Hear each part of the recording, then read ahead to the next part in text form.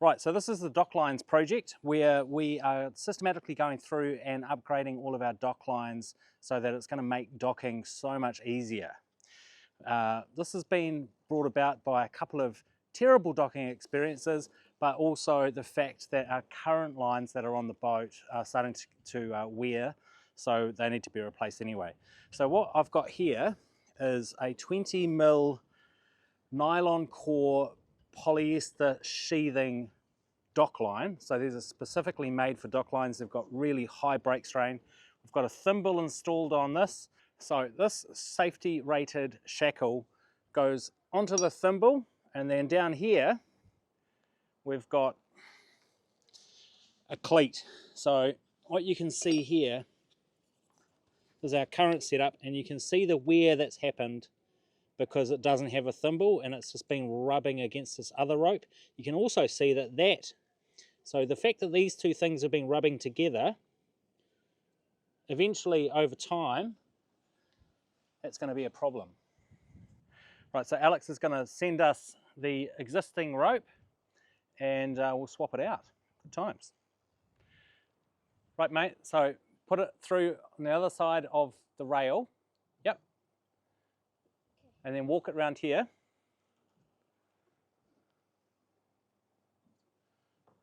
So you can see the damage that's happened as it's been rubbing against the hawse hole. So, and this rope is same sort of deal. It's a polyester sheath and probably some nylon core inside. It's not as heavy, and the fact that it's now got damage all the way through it means it's time to replace it.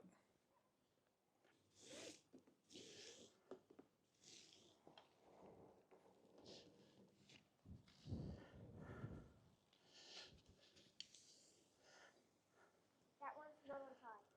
Yeah, so take that off the bollard. Cool, thank you. So none of this is easy with an injured hand, but these are the cards that are dealt. So, right, so that line's off. Let's chuck this one on. One of the main goals of all of this is to prevent the lines rubbing against each other. So as we go through this whole process, we'll be doing this at every stage. Safety rated shackles, thimbles. So now we've got a really solid, secure attachment. Okay, Alex, here's the moment of truth. Right. Is it exactly the right length?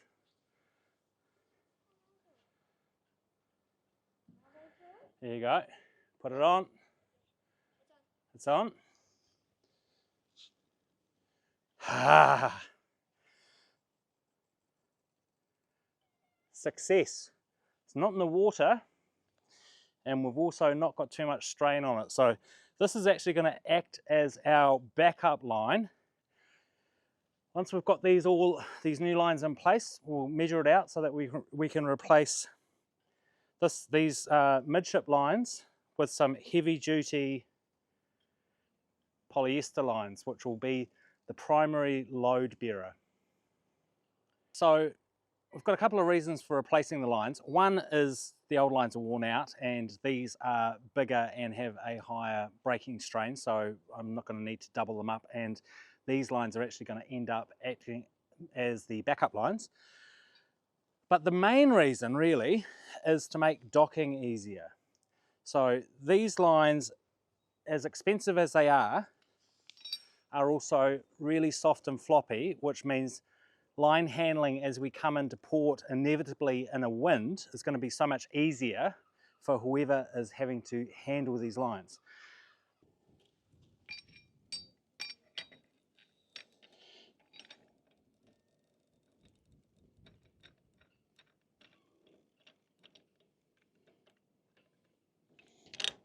Now, when this is attached,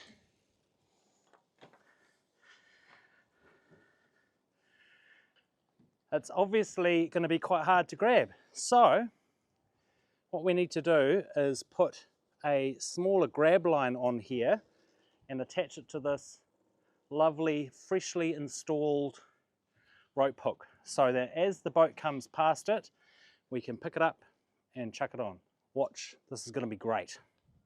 So as you can see, this is the measured length of the dock line, which is going to go on the cleat on the boat, the bollard, but it's going to be too hard to pick up. So I've taken this trick from the ferries where they throw a smaller line which is attached to their big dock line. So what we're going to do is take this, make an enormous loop, and then use this as the line that we pick up to grab. So it will give us an extra 3 or 4 meters worth of length on this line.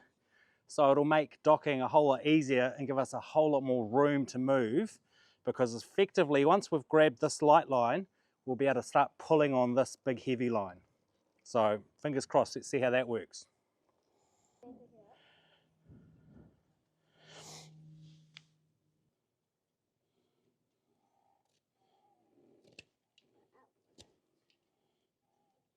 Messy.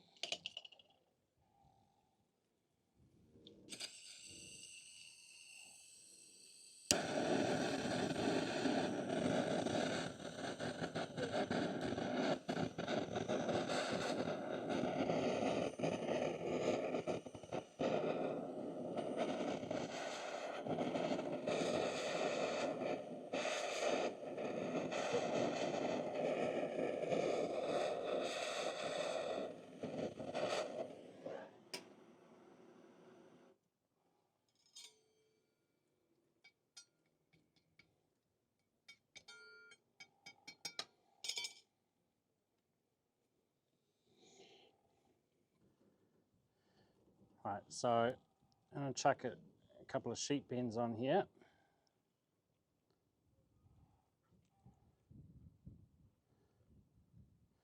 In fact, I'll probably do a couple of double sheet bends.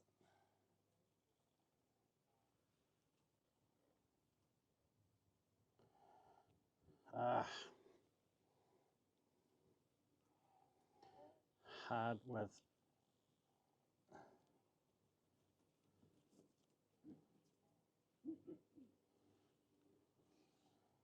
right.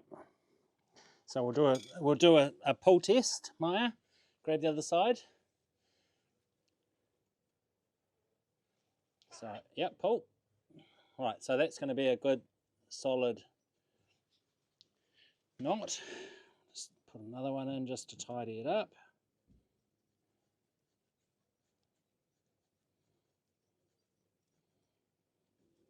Right, let's see how easy this setup is.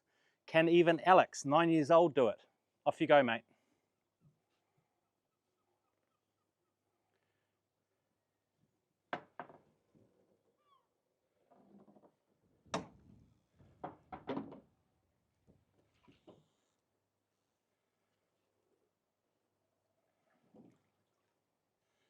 Keep pulling all the way through, mate. Pull it all the way through.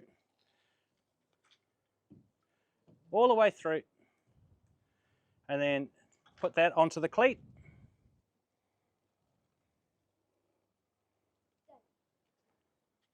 There you go. Job done. So under wind conditions, fingers crossed, that gives us a whole lot of extra room to work with. Right, let's untie the old rope and switch that out. Give it to Mackie to hold.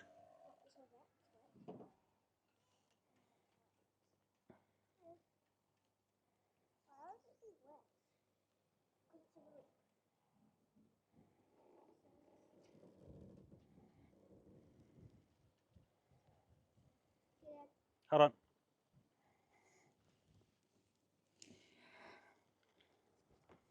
Hey.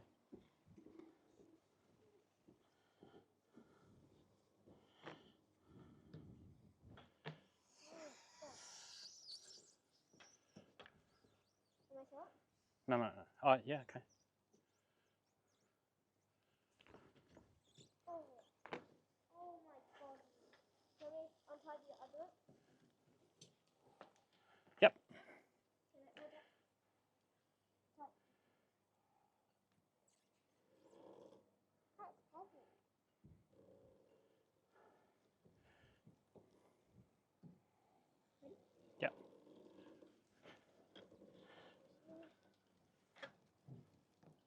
Right, so we'll switch these ropes out.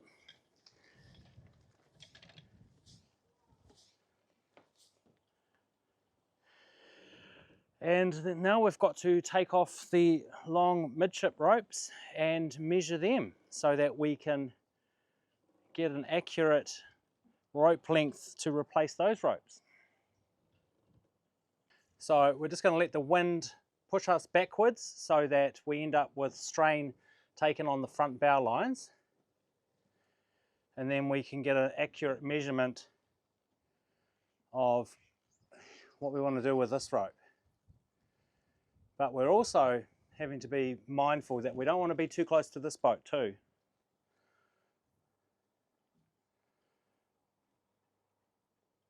So there's a couple of reasons why we're upgrading all of these lines.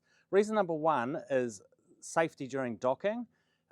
We are most often coming back in 20 plus knots winds, and the predominant wind blows us off the dock towards the boat in the berth next to us, which is terrifying. So, and it also makes it really hard to deal with the lines. So by replacing these lines and having eyes on the end, which makes it easy just to put it on, having extra long lead lines so that we've got more room to work with, is going to hopefully make the whole thing a whole lot easier. But also, the ropes are all in terrible condition and they need to be replaced. So might as well replace them once and do it right. This spring line is on its last legs. And then when we're in port and there's a big blowing storm of 40, 50 knots, we can release this short line, just go on the spring line and allow more room between the dock and the boat. So what it's doing is giving us a couple of different ways to deal with high winds. And what I'm trying to do is bring the whole boat backwards so that we end up with a shoreline almost straight up and down, which will bring the boat in close when we're in port and just make it so much easier to get on and off.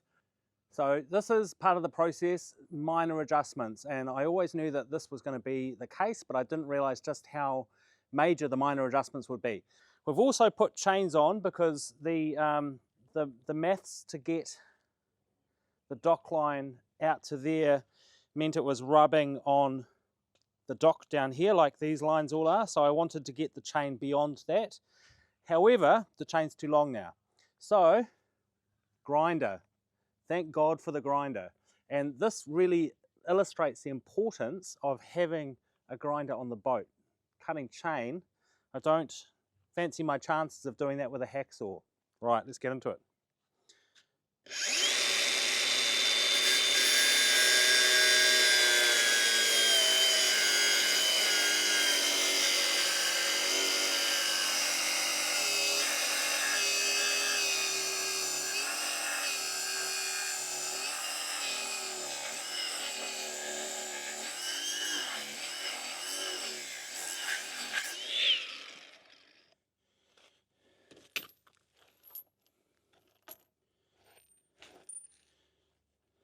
So, job done. Steel cut. It's not easy, but it's achievable. The rope is now more of the proper length that we're going for. The chain is now shorter and getting everything away from the dock so there's no rubbing. And this is why we're doing this in stages. This is why we've just done the front bow lines first, so that we can make sure that we get these ropes exactly how we want them, because they're going to put the boat into a position on the dock precisely, and we don't really want to have to make too many modifications once we've started shortening ropes. So, pretty happy with this. These ones are the next lot.